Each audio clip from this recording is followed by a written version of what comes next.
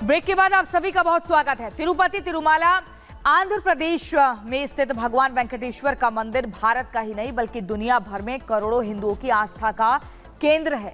तिरुपति का प्रसाद यानी कि लड्डू दुनिया भर में मशहूर है और इस लड्डू को पाने के लिए करोड़ों भक्त लंबी लंबी लाइन में लगते हैं। लेकिन नए खुलासे से करोड़ों भक्त हैरान हैं। आंध्र प्रदेश की मौजूदा सरकार ने दावा किया है कि पहले की जगन सरकार के वक्त प्रसाद के लड्डू में बीफ मछली का तेल मिलाया गया और इस खबर के बाद साधु संत भी आक्रोशित देखे गए हैं। रिपोर्ट आपको दिखाते हैं।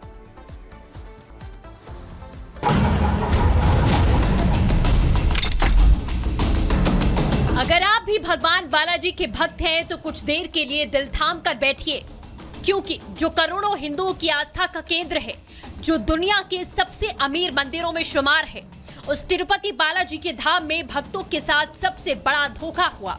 जी हां, भगवान वेंकटेश्वर के पवित्र प्रसाद में जानवरों की चर्बी होने की पुष्टि हो चुकी है। नेशनल डेयरी डेवलपमेंट बोर्ड की रिपोर्ट में सनसनीखेज खुलासा किया गया। बोर्ड की रिपोर्ट के मुताबिक तिरुपति मंदिर का लड्डू बनाने में मछली का तेल, बीफ और चर्बी का इस्तेमाल किया गया। ये खुलासा हुआ है सीएम चंद्रबाबू नायडू के आरोपों के बाद, जिसमें उन्होंने अपने से पहले सीएम की कुर्सी पर बैठे जगन रेड्डी की सरकार को लेकर दावा किया था कि तिरुमाला में भगवान वेंकटेश्वर स्वामी मंदिर के प्रसाद में जानवरों की चर्बी मिलाई जाती है, जिसके बाद बवाल खड़ा हो गया। रेड्डी सरकार के खिलाफ बीजेपी टीडीपी हमलावर है। मोहन रेड्डी की जब सरकार थी तो उसकी सरकार के समय पर हमारे धर्म को अपवित्र करने का षड्यंत्र किया गया, सो आज वो सामने आ रहा है। चंद्रबाबू नायडू जी की टीडीपी की सरकार बनने के बाद में उस षड्यंत्र को उजागर करने का प्रयत्न किया गया है। धर्म के साथ खेला गया, हमारे भगवान प्राचीन मंदिर को अपवित्र करने का षड्यंत्र किया गया। इंक्वायरी हो रहा था, विजिलेंस इंक्वायरी, उसमें ये पता चला था कि 5 जो सप्लायर्स हैं उसमें एक सप्लायर जिसने घी सप्लाई किया था, सब स्टैंडर्ड घी था और अडल्ट्रेटेड घी था। उसमें 2 तरीके के अडल्ट्रेशन हुए थे, एक तो वेजिटेबल ऑयल्स भी थे और वेजिटेबल फैट्स भी थे और एनिमल फैट्स भी थे। भक्तों की आस्था से खिलवाड़ हुआ। जानवरों की चर्बी को प्रसाद में मिलाकर खिलाना महापाप है, इसीलिए तो धर्मगुरु भी आक्रोशित हैं। प्रसाद में जानवरों की चर्बी युक्त घी का प्रयोग किया जा रहा था। इससे गंदा काम जगन मोहन रेड्डी के द्वारा और कुछ भी नहीं हो सकता। सेकुलरिज्म की आड़ में हिंदू समाज के जो मंदिर दूषित किए जा सकते हैं, उसे कतई स्वीकार नहीं किया जा सकता। जगन मोहन रेड्डी ने उन जिहादियों की थूक दी, जिहाद के ही तर्ज पर लड्डू में जानवरों की चर्बी, प्रसाद में जानवर की चर्बी मिला के खिला रहे थे। तो हमें लगता है जैसे थूक जिहादियों को जेल होती है, उसी प्रकार से जगन मोहन रेड्डी को भी जेल होनी चाहिए। जगन मोहन रेड्डी को भी तत्काल कार्रवाई करके गिरफ्तार की जाने की आवश्यकता है। जो राज्य के मुख्यमंत्री ने तिरुपति बालाजी के संदर्भ में जो बयान दिया है, बेहद चिंताजनक और चौंकाने वाला है कि किस तरह से तिरुपति बालाजी के मंदिर के प्रसाद के लड्डू में और मांस का अंश था। बेहद गंभीर मामला है। आपको याद दिला दें कि भगवान वेंकटेश्वर को समर्पित तिरुपति मंदिर आंध्र प्रदेश के तिरुपति जिले में तिरुमाला पहाड़ी पर बना है। ये तिरुपति बालाजी मंदिर के नाम से जाना जाता है। इस मंदिर का संचालन तिरुमाला तिरुपति देवस्थानम करता है। इसी के अध्यक्ष रहे और जगन की पार्टी वाईएसआर के सांसद ने इस दावे को खारिज किया, लेकिन चंद्रबाबू का दावा जांच में सही पाया गया, जिसके बाद से हर भक्त ठगा हुआ महसूस कर रहा है, क्योंकि उसकी आस्था के साथ पाप हुआ है। Bureau report, Republic Bharat. और चलिए अब आपको ग्राफिक्स के जरिए बताएंगे कि हिंदुओं की आस्था पर कैसे आघात हुआ। तिरुपति के लड्डू प्रसाद में जानवरों की चर्बी मिलती है और यहाँ पर देखिए लोग काफी नाराज हुए हैं। जानवरों की चर्बी, आपको बता दें गौवंश की चर्बी, मछली का तेल मिलाने की पुष्टि हुई है। साथ ही आपको बता दें गौवंश की चर्बी के साथ साथ ये भी बताया जा रहा है कि जो मछली का तेल है वो भी एक रिपोर्ट में खुलासा हुआ है।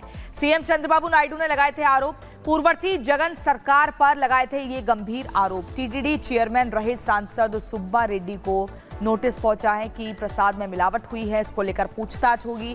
जगन सरकार में आपको बता दें टीटीडी अध्यक्ष के पद पर जिम्मेदारी थी सुब्बा रेड्डी की, लेकिन यहां पर जो हिंदुओं की आस्था पर आघात हुआ है उसने पूरे न सिर्फ देश में बल्कि दुनिया भर में लोगों को अचंभित कर दिया है। और इधर आपने रोटी, जूस, ढाबे का खाना, कई तरीके के जिहादों का नाम इस बीच सुना होगा, लेकिन आपको बता दें रिपब्लिक भारत ने आपको वो भी दिखाया था कि किस तरीके से जूस में यूरिन मिलाया गया था। लेकिन अब मुख्यमंत्री योगी आदित्यनाथ ने इसका संज्ञान लिया है और गोरखपुर में फ्लोटिंग रेस्टोरेंट का उद्घाटन करते हुए उन्होंने क्या कुछ कहा है दिखाएंगे आप। बिल्कुल, आपको एक रिपोर्ट के जरिए दिखाते हैं कि कैसे सीएम योगी आदित्यनाथ ने कहा कि ना थूक की रोटी मिलेगी, ना यूरिन वाला जूस मिलेगा। अब इस पर सख्ती से कदम उठाया जाएगा। देखिए रिपोर्ट।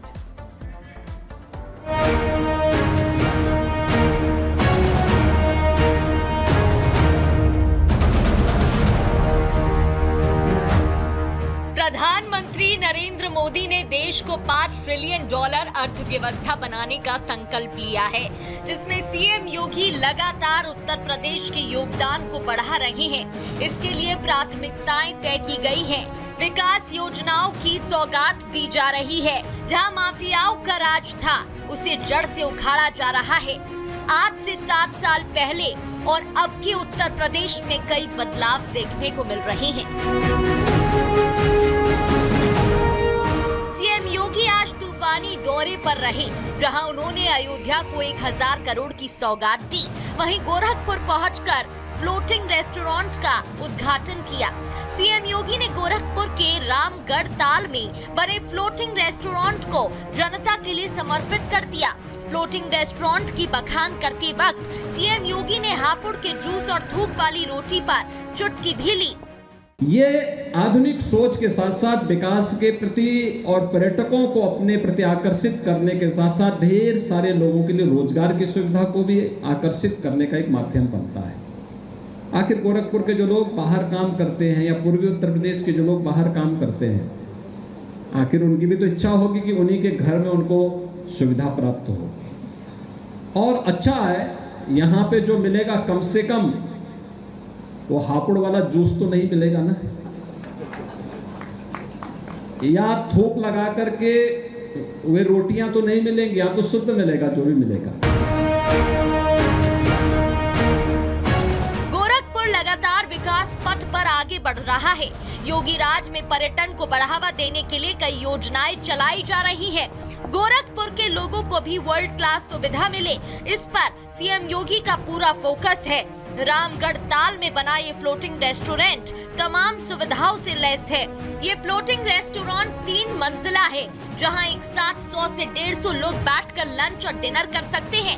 रेस्टोरेंट के उद्घाटन के समय सीएम योगी ने सांसद रवि किशन की चुटकी भी ली। परिवार के साथ अगर किसी का मन हुआ कि हम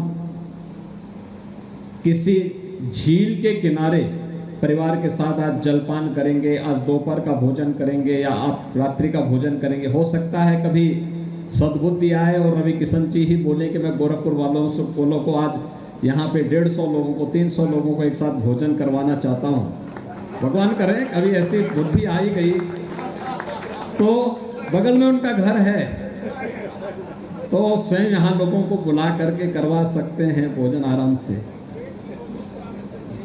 तो मैं कह रहा हूं बुद्धि पे निर्भर करता है। किसी समय रामगढ़ ताल मृत पड़ा था, लेकिन प्रदेश में सत्ता बदली तो रामगढ़ ताल में क्रूज भी चली और फ्लोटिंग रेस्टोरेंट भी खुला। ये तस्वीर बता रही है कि प्रदेश सरकार विकास पर जोर दे रही है। जनता के विश्वास के दम पर विकास की नई तस्वीर सामने भी आ रही है। Bureau report, Republic Bharat.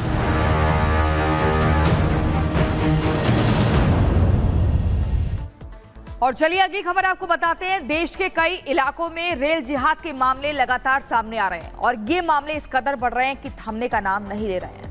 और अब एक और नई घटना यूपी के रामपुर से सामने आई है, जिसके बाद सवाल खड़े हो रहे हैं कि आखिर ट्रेन को डिरेल करने की साजिश किसकी थी। रिपोर्ट आपको दिखाते हैं।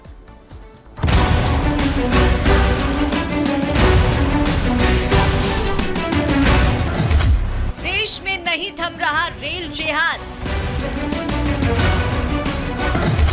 रेल जिहाद पर एक्शन कब? ट्रेन डीरेल की साजिश किसने रची?